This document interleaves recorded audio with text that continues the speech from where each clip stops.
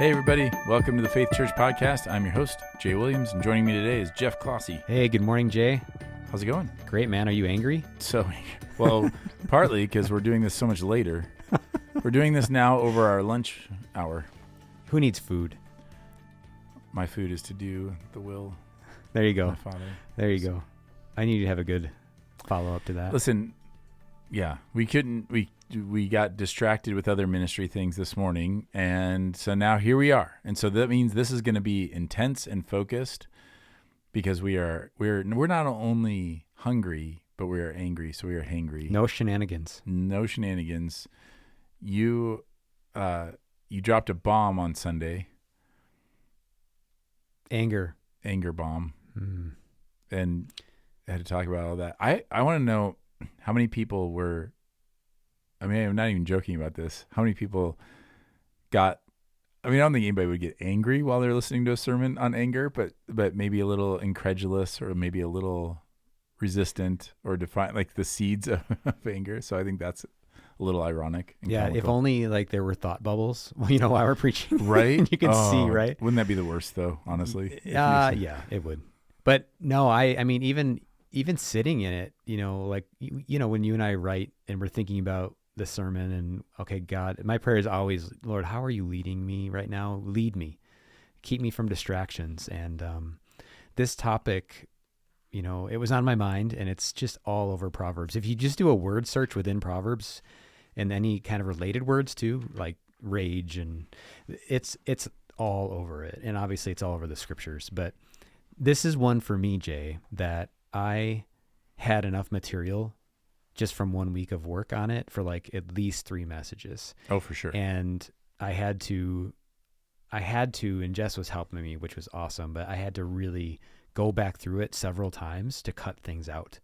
So I'm glad we have a chance just to talk, because there was a lot that you just can't include all of it all at once on a topic like that. But yeah, one of the things I cut was a joke about that. Like, you might be angry when you hear about the topic for today. Someone actually came up to me after worship and told me that they knew it was going to be on anger. And it was a fascinating conversation. Like, not because anyone told them, but they woke up with the sense that we've done all these things in Proverbs. I bet today's going to be about anger, which is fascinating to me, that God had just tuned someone's heart to that topic to be ready to receive on it. Well, it's talked about a lot in Proverbs because it's a really big deal. Mm-hmm. I mean, we know Proverbs is basically instruction given by a father, to his son. So warning about anger is a big deal, because anger ends up leading to all kinds of brokenness. I mean, it ends up being, and I think it's so insidious because it can feel so justified. Like, it just feels like you're talking about pride is so intertwined. It comes like my rules. I think that was a really good point where you're talking about how we're rule followers, which I was with everybody else going, I mean, I knew where you were going with that. But I could feel the resistance, which I thought was interesting and then when you kind of landed it with like, yeah, I get really angry when people don't follow my rules. And so I actually was let's talk about that for a minute, because I was going to ask you, I could hear the objection, like, that I could imagine that somebody would say, well, what about, but my rules are from God's rules. So like you said, we take our rules and we elevate it to God's rule. And then we defend that, or we we judge people according to that, which, that's layered, right? Because we're not supposed to judge people according to that. And anyway, but then especially when it's just our rules. But what do you do when I think a common defense against that is going to say, well, yeah, but it's not my rule. Yeah, I think it's important, but God says it's important too. And it could be about anything from something that is clear sin, that is obvious, overt sin, all the way to things that is more, here, I'll give you an example.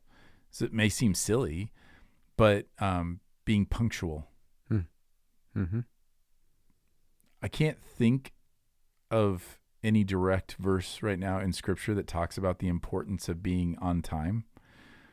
but that gets attached. There's some people like that will make them angry. It really is like if someone's not on time, but if you ask them about that, they're going to say, well, because that's a lack of respect.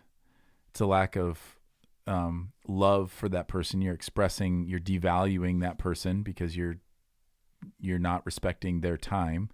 And doesn't God want us to respect each other and to, show love to each other? So what would you say to somebody who, because I think most people, when they think about my rule or like the way someone should drive or how far out in front of a turn they should signal or when they should pass or like any of those things, it's rarely going to be just arbitrary, not connected to anything. Like I can't imagine anybody sitting there going, I get really angry when people wear a purple shirt. Like, well, that's just obviously arbitrary and made up. But most of our things that are our rules that we get upset at other people for violating are connected in some way to God's general law. So what do you do with that? Isn't it interesting? Like even in all those examples, those are all opportunities for us. So like the driving, the punctuality. So we are the ones that are waiting for someone, whether we're behind them in line, we're at the meeting on time and they're not. Those are all opportunities for us to bear the fruit of the Spirit and how we respond to that situation and to trust. But because we aren't like in control and because that's inconveniencing us, that's the problem. So I would say, yes, there is something to be said for if you are just chronically, you say I'm going to be somewhere and you're not there over and over again, or you're just always a half hour late. That is a problem, right? But I don't believe that for any of us, anger is going to be the proper way of actually responding to it. Now, anger could alert you that something's wrong, but again, to move forward, you're going to need to move forward in a very different posture if you want actually a good result. So I would say the first thing to do is to determine like whose standard, like what is the standard I'm upset about? So like the speed limit. You know what I mean? Like actually I was just walking out in the town of Peshtigo this last week and some dudes were like drag racing. They took both lanes and they were flying. You could respond to that with anger because you could think, man, what if a child walks out? Like, so yeah, like legitimate. But that standard that you're concerned about isn't just that's an actual like safety issue. It's not just, I really don't like when they don't drive 5 miles an hour over because I like to go at least 5 miles an hour over. You know what I mean? So what is the standard, first of all, that you're upset about? And then two, whose standard is it? That helps us diagnose. Is this about me kind of like taking on a godlike tendency, a God who's never satisfied and wanting to control things? Or is this me being actually concerned for the well-being of other people and, so on? Even if it ends up being, my heart is pure in this. I have a motive of I'm concerned about the safety of those kids down the street. That initial reaction in anger can be helpful, but then again, to move forward, we have to move forward with something else. If we will make, I think if our anger is directed at achieving some good thing, not just some destructive thing, because otherwise it's just destructive. I think it's helpful in those situations, one, to realize we are always a mixed bag. We talk about that a lot. Because what'll happen is you take a situation like that and say, well, no, I'm upset because this is dangerous to other people. That's probably part of it. But then the question is, well, what's the response? So here's it's not silly. It happens all the time, but it might be a little more obvious. So you see someone driving recklessly, driving too fast. And you see them weaving out, like you see them in your rearview mirror, that they're like flying up and they're passing on the right, they're doing all this. And so then you intentionally speed up so that you block them in so they can't get around you. Like, so you're in the left lane, you're moving at a reasonable pace past the people in the right lane, but there's a person that's trying to cut ahead. And so then you speed up in order to block them in so that they don't have anywhere to go. That's an example, I think, of it's a mixed bag. Like yes. you might be, it's legitimate to be frustrated or, a lower form of anger or to essentially declare like that kind of driving is unsafe. But now, like, to escalate it to where I'm going to retaliate and be justified in it, which is, you mentioned that, which I think is such a great point, that, calling someone a fool or seeing them in a way is dehumanizing. And once you've dehumanized someone, anything you do to them is justifiable. It's justified. It's okay. We see this in horrible atrocities throughout human history, that the first step is to dehumanize a group of people or any situation, because once you've dehumanized them, nothing you do seems out of place. You can justify anything. And we definitely do that in anger, that once we have declared that person is a fool, or they're deserving of some kind of, YouTube is full of like instant karma videos. Like it's justified. Whatever happened to them is justified because they got what they deserved. And so I think that maybe part of it is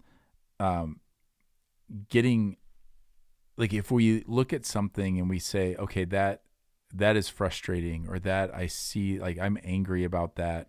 Again, when we use the term anger, like, it's a lot of different levels of that, right? So it might be a low level anger, which we might verbalize as frustration or irritation or something like that, but it's the same emotion, that just how expanded does it get?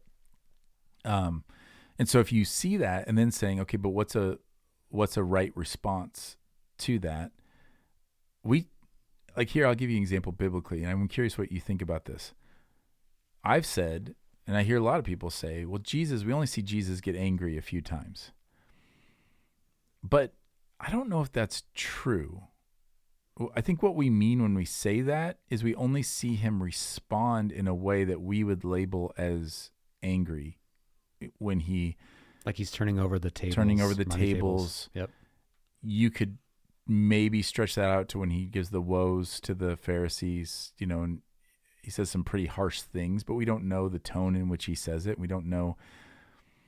But as far as righteous anger, like, I think that would be an interesting study to say, well, of course, Jesus, in a sense, you'd have to say he would be righteously angry at all sin all the time but he doesn't act in a way that we would label as angry, which is a really interesting thing to say. I've never really thought of that in the sense of, man, what percentage of times would somebody actually even see that you were angry? Because what's happening there a very quick dealing of it, like slow to anger, but we see like slow to anger. I'm just not sure. I'm not even sure what I'm just thinking, man, I would imagine that anytime Jesus saw sin that was harming anybody, there would be the seeds of righteous anger that would be there, but we don't see him react. We don't see him fly off the handle at situations.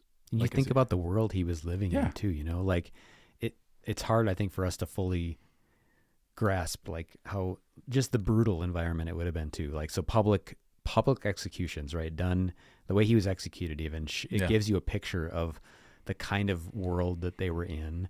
And he could have every day walked around in like a state of constant outrage, right? Because he could see it, but then he could also, like, he knew people's hearts. He knew what was going on within as well. And that's why even those examples, like turning the tables over the money changers, they're noteworthy because they seem so different than his typical route. He certainly did not ever get angry in any way that we would ever be able to label that way about anything done to himself. Correct. So like even in that moment of the money changers, it's actually like on behalf of people that he is like interacting with, like that they're being prevented from worship. That's what he's concerned about, from the presence of God. So his outrage, if he ever even had a moment of it, which I think you're right to call it into question, because he does not, his default setting is compassion in the face of suffering for the people that are experiencing it. He comes alongside and he suffers with. So like, he didn't get mad at Lazarus's death. He was sad. He was sad. I don't know. I would. You think he was angry? Yes.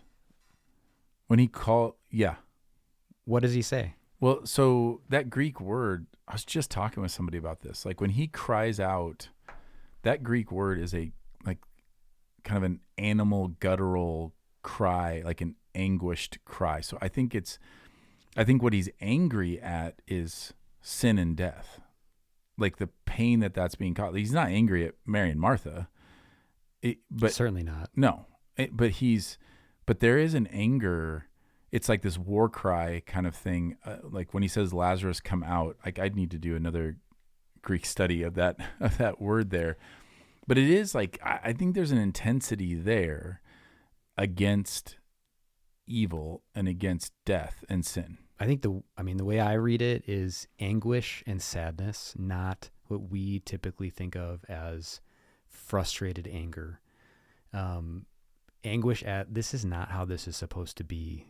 And look at their sadness, because he's ultimately seeing their sadness. It's not that he didn't know what he was about to do, right? He knew, I'm coming in and I'm going to raise this man to new life. So, but I think that, well, look what death and sin has done. And what they experience from him is compassion. And what we do in the face of that kind of thing is we get defensive and we mask ourselves and we protect ourselves with anger because our hearts can't handle it. And this is an area where I didn't get to go into in the sermon. But anger is such a powerful emotion that we experience that it actually prevents us from experiencing the other emotions that we are experiencing, like sadness. Anger can mask it. And what we think is, I'm really angry, but what is actually true is I'm actually really sad, or I'm actually really disappointed. And especially in men, this is so common that when I sit down with men in my office and we start talking about an angry situation, and I start asking questions like, so what were you actually feeling that like before this angry outburst? It's almost always, I was feeling like hurt. I was feeling sadness. I was feeling disappointed. I was feeling embarrassed. And what anger does for us is it's a much more powerful emotion because it goes on the offensive really quickly and ends up masking all of those other emotions. And it blinds us to what we're actually experiencing. And it makes us really unhealthy because we never actually deal with the real thing that's going on in us. We think what we're dealing with is anger because that's where it ends. That's where it takes us. But actually, like, we need to learn how to deal with being sad. We need to learn how to deal with being lonely or misunderstood. And yeah, go ahead. Which I would say, yeah, I agree with all that. I would say what we're really dealing with then is our finitude. Totally. We're yes. And I think that anger comes from the sense of I should be able to make this right. It's a frustration of like, I can't fix this. And so everything you talked about is like, we need to be okay with being sad. Well, part of being sad is realizing like, I can't fix this. I can't just make the thing that's causing me grief go away. Or I can't change how I feel about it. And that causes frustration. Like a child who can't, have you ever seen a baby that can't like get a toy out, like they're trying to pull something out of somewhere, but it doesn't fit and it's not going to fit through that hole, but they can't, and then they get angry, but it's our finitude. It's our anytime we're faced with our fragile nature, our inability to fix things or to bring justice, which again comes from a godly desire. That's where we are wired to want to see justice served, mm-hmm. to want to see things be restored and fixed and solved, but we're not the ones who can bring it about. And essentially, anger is typically our 2-year-old temper tantrum of not being able to fix the thing that seems broken, mm-hmm. whether it's, and then you add into it our own perceptions of what brokenness is and the whole my rule thing. Like you add all that into it and it gets very, very complicated. But even at its purest form, grief over a legitimate thing to be grieved over turns into anger because I can't make it right. And I don't like to be reminded of things that I can't fix. Yeah, and we sure don't like anything that brings that kind of vulnerable discomfort into our life. We just don't. We don't want to be uncomfortable. And a lot of those emotions, that, anger ends up being the result of at the end, they do that. They bring us to this place of like, I really hate feeling this. I don't like, and it could be, I just don't know what to do. Like, it doesn't have to be super complex. It can just be very like, I don't know what to do with this. And so I'm angry now because I don't want this feeling. And that's where I think that the difference between like a management approach and a redeeming approach is so like, they're so in contrast, because redeeming helps us go towards something much better with it. And then we can actually experience those emotions as I think God designed them to be experienced. It's not like he didn't build that. Like, that's part of who we are. So it's the goal isn't that we never have like a moment of that reaction to something bad. It's what do we do with that? And what is that telling us about what is going on? That's what's important. Yeah. So I think one of the things I would say that I would summarize some of this with is, like, even when I think about a flow chart, not everything that I'm angry about should draw out anger. So Yes. it's actually sometimes it's about my own rules, my own finitude, my own whatever. And then not everything that is worth anger about is then justified, or let's see, not all my reactions to that anger are justified, even if the anger is justified. Exactly. So in the first one, yeah, you talked about Jesus. You don't ever see Jesus getting angry about him. He was disrespected all the time. Yes. All the time. Even if somebody spoke to him politely, they're still not giving him his due as the one through whom all things were created, the one who's going to redeem all mankind. Think about the ways he was spoken to, and I think about how many times people get angry because they don't like being disrespected. And that's one thing you can quickly look at. Jesus is never angry about being inconvenienced or disrespected in any way. The thing that draws his anger, even anything that we would claim as anger, is pretty simple in the sense that it is people perverting the way of God to keep people from God. That's the Pharisees, the money changers, anyone who claimed to be of God and perverts that in order to harm people and keep people from God seems to be the thing that draws Jesus' anger. But then, even if you get to a place where you say, but what I'm angry about is that, like, even if you're like, I'm angry about that thing, well, that doesn't then justify every response to that. And to your point about the dehumanizing, we get in that place where we're like, well, as long as the thing, I think often we think in terms of, well, is this thing worthy of being angry about? Which already we're going to twist and pervert that, because that's when I was saying about like, well, yeah, it's okay to be angry about the fact that you got my order wrong, because that means you're not handling this with excellence, and we're supposed to do everything, whatever. You have this rabbit trail of connections that somehow get you to a place where you say, so it is justifiable that I'm angry about this.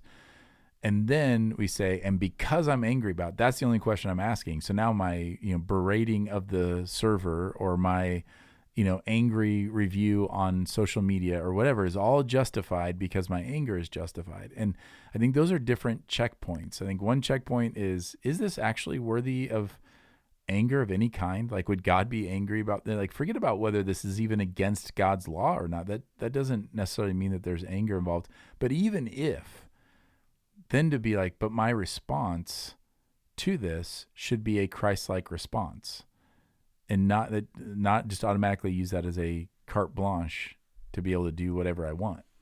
Yeah, I mean, so an example that I experienced this last year of what I feel like the way anger is supposed to work. So it was about a year ago. I was at a vigil for the victim of that drowning that happened.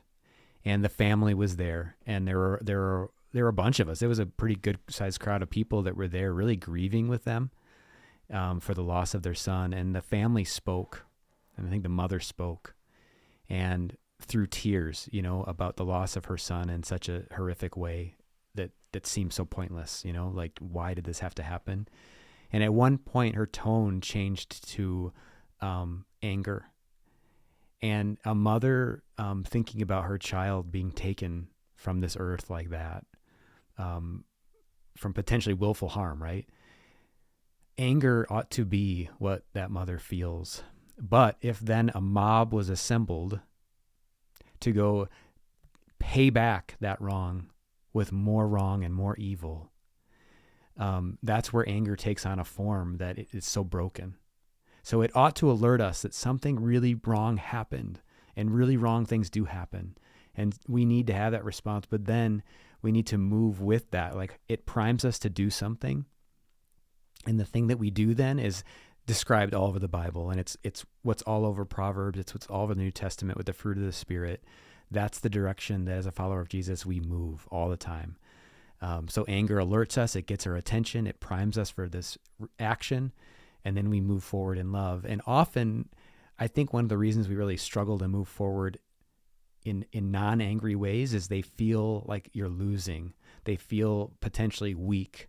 They feel like they're pointless. And that's part of where we are being reshaped in our hearts to see clearly that the most powerful response in the face of evil is not more evil, it is good. And good will often look like, to everyone else, like the most foolish thing you could possibly do.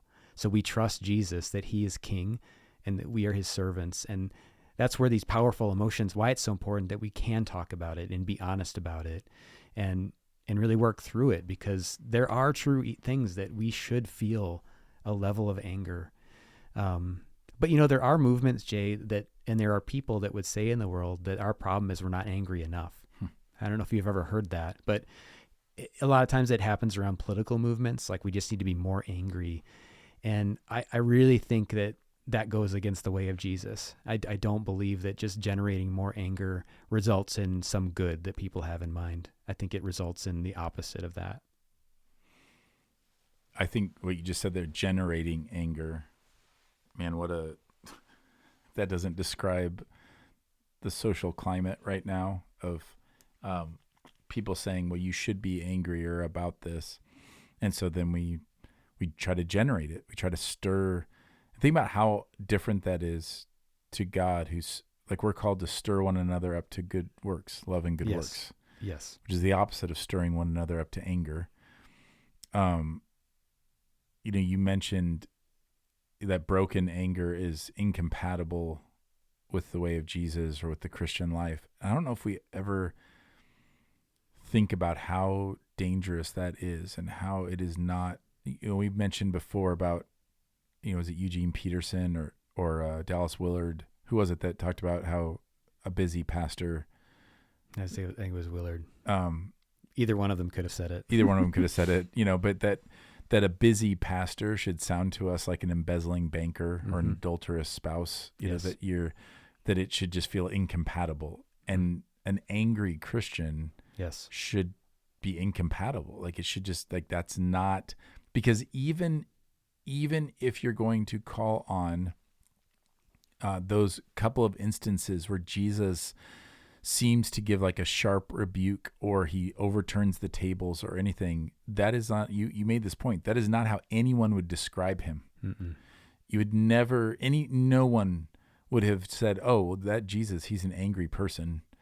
And yet when people are feeling that about our culture, it's like, that's what we want to be defined as, is how angry we are about the culture. And it's like, it's incompatible. And again, to the point you made, and we've been making this point about, like, imagine the world that Jesus was in. You can't say, well, it's so much worse now than it was then. It's not. It's objectively not. I mean, Jesus is constantly in the presence of people being dehumanized. They're literally in a caste system. People are dehumanized constantly around him. There's no sense in that culture that people are equal with each other at all. And so people are constantly being mistreated and harmed and thought less of and devalued. There's all kinds of atrocities that are happening. We're not facing something new. And I think it's interesting. People will think like, well, if Jesus were here today and if he had to deal with this political party, then he'd like, no, he wouldn't. Rome was not, this was not the perfect place at all. The Roman Empire was, read about it, was not utopia by any stretch. So when Jesus is functioning, he's functioning in that kind of climate. So the question would be, here'd be a question that I would want to ask you in this. So then let's assume that a person is with us of saying, okay, I get it. Like Jesus didn't walk around angry all the time. And my anger, first of all, is not usually very Christ honoring. It's often, most of my anger is about how I've been inconvenienced or wronged. And okay, I get it. Jesus, that's never his motivation for anger. So whatever your anger is, like if it's about you, then you're already not in line with Jesus and where he feels anger. So then what do I do? How do I make sense of the world? Like then how do I make sense of the world around me? Like how did Jesus, if I assume like, okay, he's not always walking around angry, even though he's constantly in these situations, what do I do with that to relieve some of it? Because at least for me, I'll see an injustice. And like you said, it's an alarm. Okay. So the alarm goes off. This doesn't sit right with me, or it stirs something in me that I'm like, oh, that's like what I'm actually articulating is that's wrong. That shouldn't have been done. That shouldn't have been said. That person shouldn't have passed. He shouldn't have passed in the no passing zone. People die because people do that. It's reckless. That person shouldn't have spoken to that person in that way. They shouldn't have harmed that person. They shouldn't have spoken to me in that way. Like that was hurtful to me, or like, what do we do then with that? When that alarm goes off that says, this is wrong, this shouldn't be, how do we keep then from going quickly over into the idea of like, and so I'm faced with my own finitude. Like I want to fix it. So I'm going to speed to cut that person off so that they can't continue. I'm going to stop them, or I'm going to say this thing back to this person because they just hurt me or they hurt this other person. So I'm going to exact justice now by saying this thing. What is the path we should? Because that's the one path. Does that make sense? Like that. So Yeah. that alarm goes off, and one path is I'm God and I'm going to fix this. And I'm going to make it right, which is going to be all kinds of brokenness. What's the path that we should take in that? Yeah, that's a great question. I would just say the first thing that for me and I think for all of us, we need to get better at our initial reaction in those moments, to have a bit more self-doubt, or like we need to be suspicious of our anger.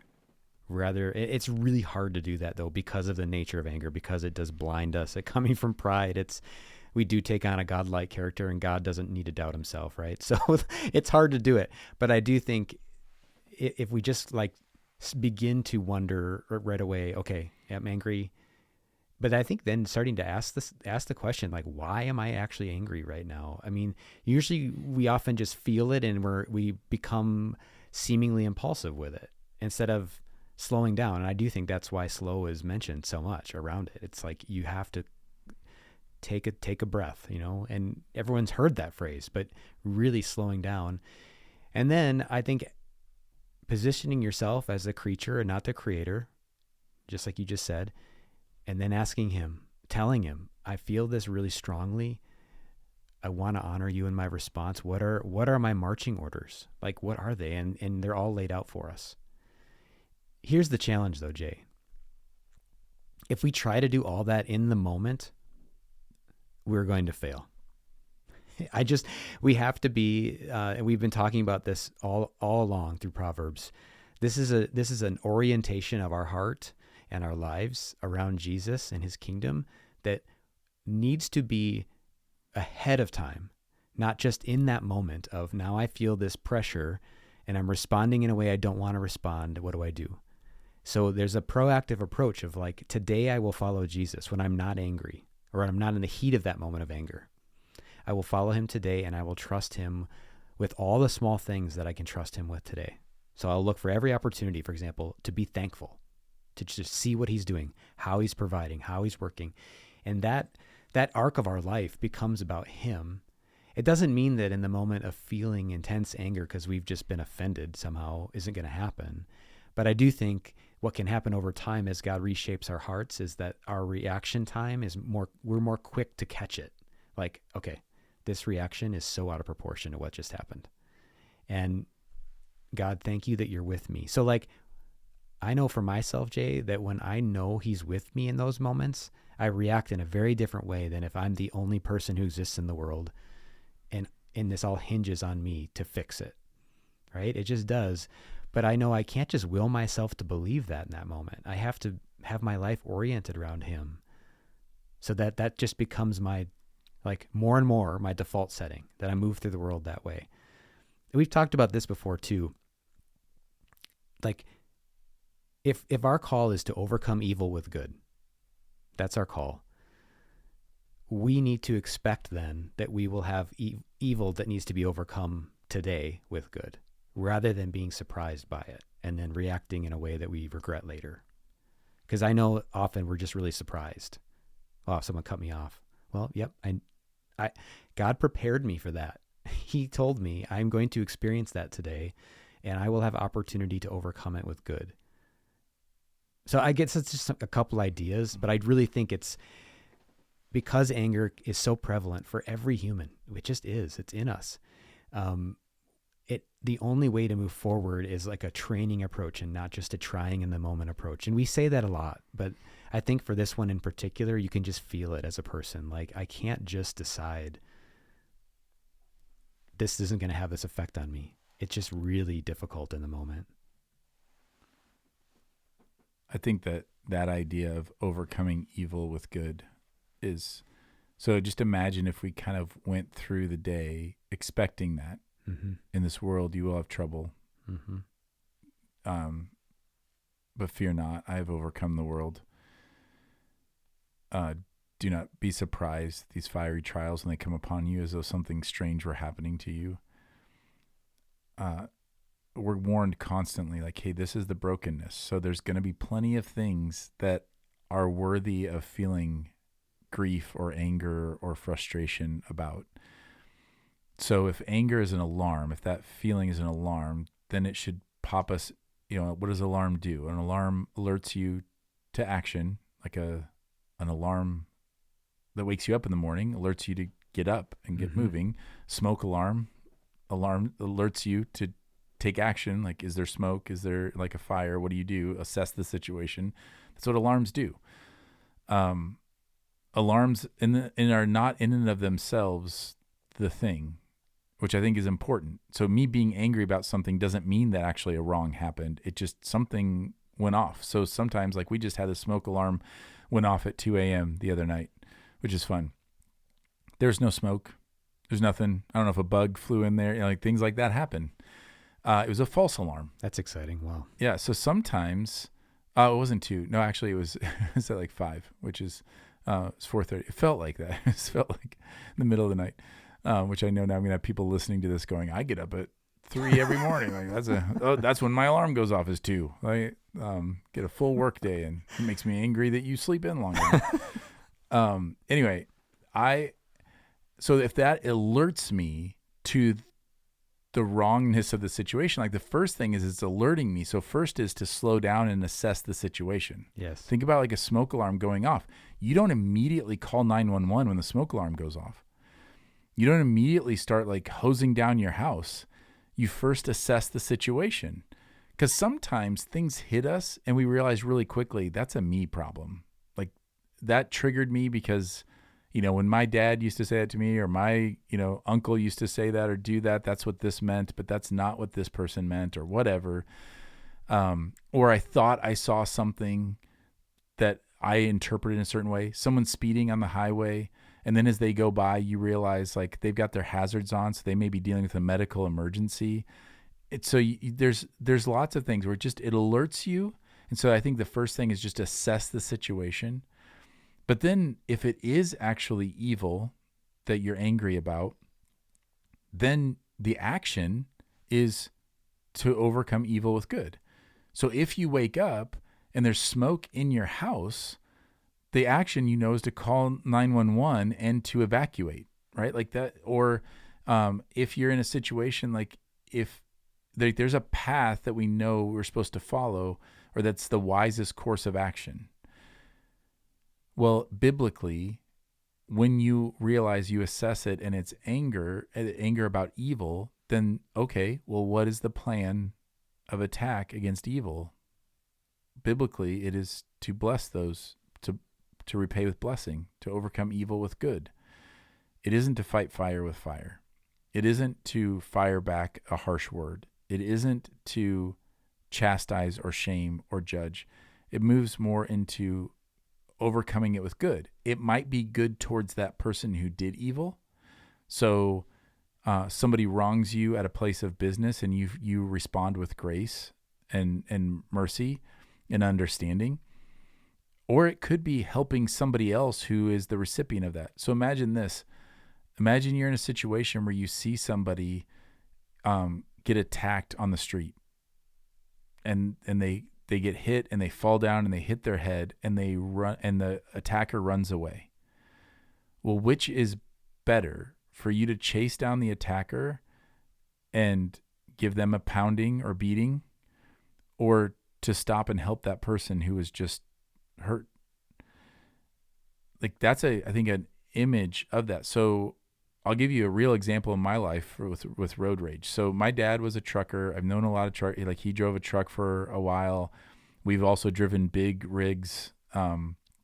Anybody who has driven a semi or a big trailer or anything like that knows how frustrating it is when people pass on the right and just zip around and don't have patience and give you space to get over so that you can get over in the right lane. Most of the time, if you're driving on the interstate on 41 or anywhere else and a semi is in the left lane, they don't want to be there any more than you want them to be there. But people like whip around on the right side. Well, that used to make me super angry and I'd be mad at those people. But when my response slows down, it becomes less about making sure. So like when I have an unhealthy response, I think that next person that's flying up, I got to make sure they don't pass. They need to wait. And it becomes about like exacting justice or judging. It's a very different posture than when my aim is to help the semi driver. And when I'm doing that, I'm not interested in cutting that person off that's coming up on the right. I'm just interested in like, okay, the next time I have a gap, I'm going to get over in the right lane and I'm going to slow down and create space so that the semi driver can get over in the right lane. That's just a thing in my mind of like the difference between the orientation. I think the orientation is in that moment that the alarm goes off and I assess it and I realize, oh, this is actually evil. This is a wrong. That my bent should be then, okay, well, what's my job now? Then what is my role? My role is to help, to overcome with good. So how can I be a blessing in this situation? It might be to the person who is wronged. It might be to offer grace to the person who wronged others. Whatever the case is, that's my role in that moment. And I'm become more outward focused, looking to help and be a blessing rather than be a judge. Yeah, exactly. Which is God's job. Correct. Isn't that interesting? That's another one of those godlike characteristics that in those moments we take on. We want to fix and we want to be the judge. That's making it right. We want to make things right, but we are super confident in our own assessment of what right would be. Like how would you make it right? And then our ability to try to make it right. And neither of those are ours. No, you're right. You know, I had just briefly here 2 different conversations. One was about anger at yourself. Another was about anger at God that came up. And those are really important topics too. That's where, you know, if only the sermon could be 8 hours long, right? Right. No, good thing it's not. But those are really common as well. And the way we deal with them is actually pretty similar to what we've been talking about. I guess that's kind of what I wanted to make sure I mentioned, is that it's similar. It's assessing. So if you're angry at yourself, assess what is the standard right now that I'm using that results in me being angry with myself? What have I violated? Sometimes that's going to be something that we think we did wrong, or like that we attribute to ourselves was wrong, that isn't. So sometimes our conscience needs recalibration, because our conscience itself can be really broken. But there are going to be moments. So sometimes I'll say this, our anger at ourselves is totally unjustified, and because we didn't really do anything wrong. Maybe someone did something to us. But there are times where we have done something that is a true wrong. We've violated God's will in some way. And that initial reaction of, I'm angry that I did that, ought to then prime us to do something good, rather than to like beat ourselves up, to set the record straight by harming ourselves in some way. And usually I think most people are doing that in their head, but some people do it physically as well. So it's a similar thing. You have to assess, what standard did I violate? Whose standard is it? Is it mine? Is it someone else's? Is it God's? If you realize it's God's, then that is an opportunity then to wonder, how will God address this? What does he do about it? Does he just say, don't worry about it? No, he doesn't.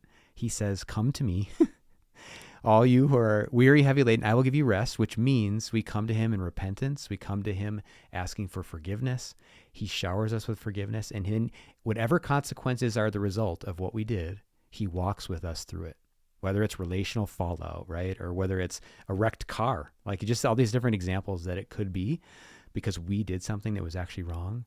We walk with him through it, and he walks with us. He stays so close to us.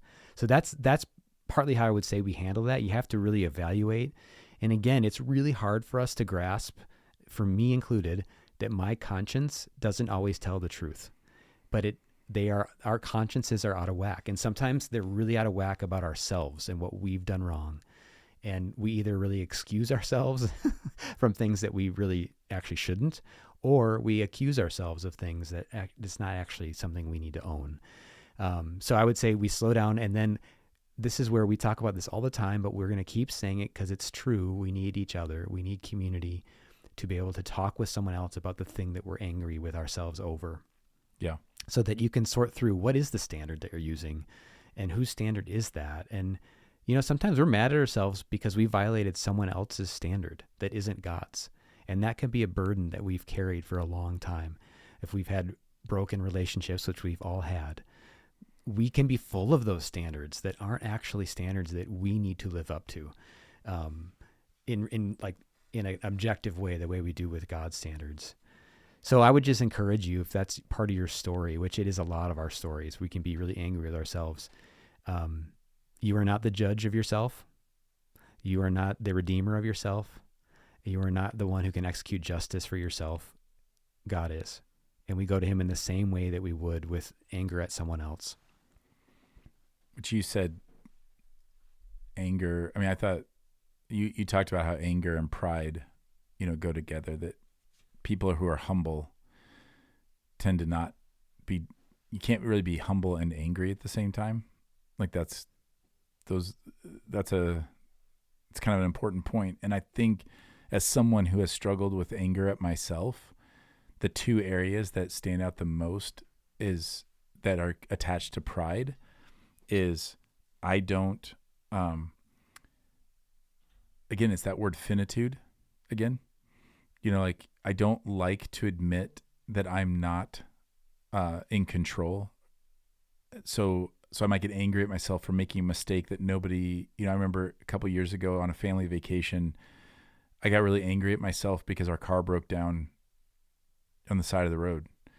Well, I'm not, I couldn't know. It wasn't because I'd done anything. It wasn't some maintenance thing that I'd neglected or anything like that. It was a freak thing that happened that there was, there's nothing to be done. But there's something about being able to accept my finitude and being able to face my brokenness. Mm-hmm. So brokenness would be more my sinful, when I respond in a sinful way and then I'm angry at myself. What I'm trying to do is justify myself. I'm trying to make it right. So much of our anger comes back to this idea of a misplaced idea that we are able to make things right. Mm-hmm. Whether if I just did this differently, again, not being able to embrace my finitude, where I just am I'm fragile, I'm finite, I can't see the future. I couldn't possibly have known that was going to happen. That didn't work out well. I made that purchase and it fell apart, or we lost that money, or we made the wrong decision here, or whatever. We always want to, we can be angry at ourselves for that. And in that, you just embrace the idea that we are the creature. The cool thing about it is those are actually opportunities for a lot of peace. What the enemy means for anger and a lack of rest, God means for peace and rest, because the reverse is to accept my finitude and say, I am fragile. Like, I am the creature. I'm a child. And I have this Father who is with me, and he's providing for me. This isn't dependent on me. And then with the brokenness, it's receiving God's grace and forgiveness rather than us trying to pay for our own sin, because that's often what anger is. Any kind of self-harm is like, I'm trying to make it right. And those are moments where we're able to slow down and say, I'm not the one who can make this right. And that changes the scope a lot, and it changes our demeanor. It'll often lower the stress around the situation, which, let's be honest, like, anger feeds on that stress and that urgency. Like, very few people respond in a way that we would say, oh, they responded in a really angry way, in a delayed way. Like, now that's different when people are bottling it up. Yeah, they're cultivating it. They're cultivating it, but eventually, at some point, even the person that bottles it up will often say, well, then it explodes. We talk about anger exploding because it's not a thing. It's not a slow cook. It's not a slow, like, if you slow down any response, anytime where you feel like, I have to say this, I have to do this, like, that's a good indicator that you're about to respond in a way that's not Christ-like. So I think that the alarm, the assessing, the plan of action of trying to help help be a blessing rather than exact judgment. You talked about, anger at God, which is a whole other. It is. I would just say briefly on that, Yeah. and we got to land the plane, but oftentimes our anger with God is because, and you and I've fleshed this out numerous times before, but we believe that he promised us something that he didn't, or that one of his promises implies something it doesn't. So he's like somehow let us down. That's, I think, often what's at bottom of that. Like, he allowed this thing to happen, or he didn't give me this thing, and I thought that by what I was doing would get that. Like, he promised me that, right? And so then we're angry with him. And so I think examining, again, slowing down, what is it that I'm specifically angry with God about? What do I think he violated? What standard did he violate? And did he actually not fulfill a promise, or am I just dealing with the reality that my life is difficult, my life is broken? And that's true. Like, we experience that. That's difficult. But anger directed at him for that, as if that's like he made it that way and he should have done otherwise. We need to process that with him, but not in a tantrum kind of way. Like, it can be, we don't want to encourage you to lash out at him. He's not the person that we lash out at. He's our holy God who loves us and gave his son for us. But I think we do need to be honest with him. He knows it already. So we talk with him. But again, we slow it down, and I think processing it with someone else is so valuable, because then you can get at what's really underneath it. Mm-hmm. What are you really angry about? Yeah, so much of it just comes back to things aren't right. I want them to be right. Yes. And that includes with God of like, well, I did X, Y, Z, so you were supposed to deliver this. And he doesn't. And like you said, and we've mentioned that before, that the number one reason I get from people when they say that they're angry with God is that God didn't deliver something that he never promised. And we do have to slow down and realize, like, oh, that's actually a me problem. I mean, imagine if you had a friend who was angry at you because you didn't do something that you never promised you would do. You never said you would do.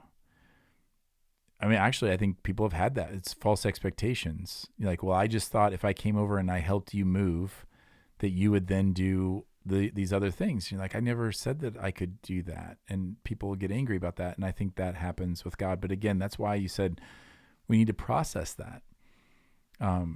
Because God is not indifferent to our anger. He's certainly not indifferent to injustice. He's not indifferent to our suffering. No, he's not. He's very present in it.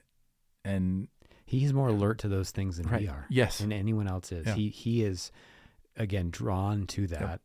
To heal, to comfort, to be present, to strengthen, to forgive, all of that. And he does. Like, I think that's why it's important that we see human responses Mm-hmm. to that in the Gospels. So again, a real awesome practice is to be reading and rereading the Gospels and then looking for those clues, those subtle clues that how does he react in the face of things? Yep.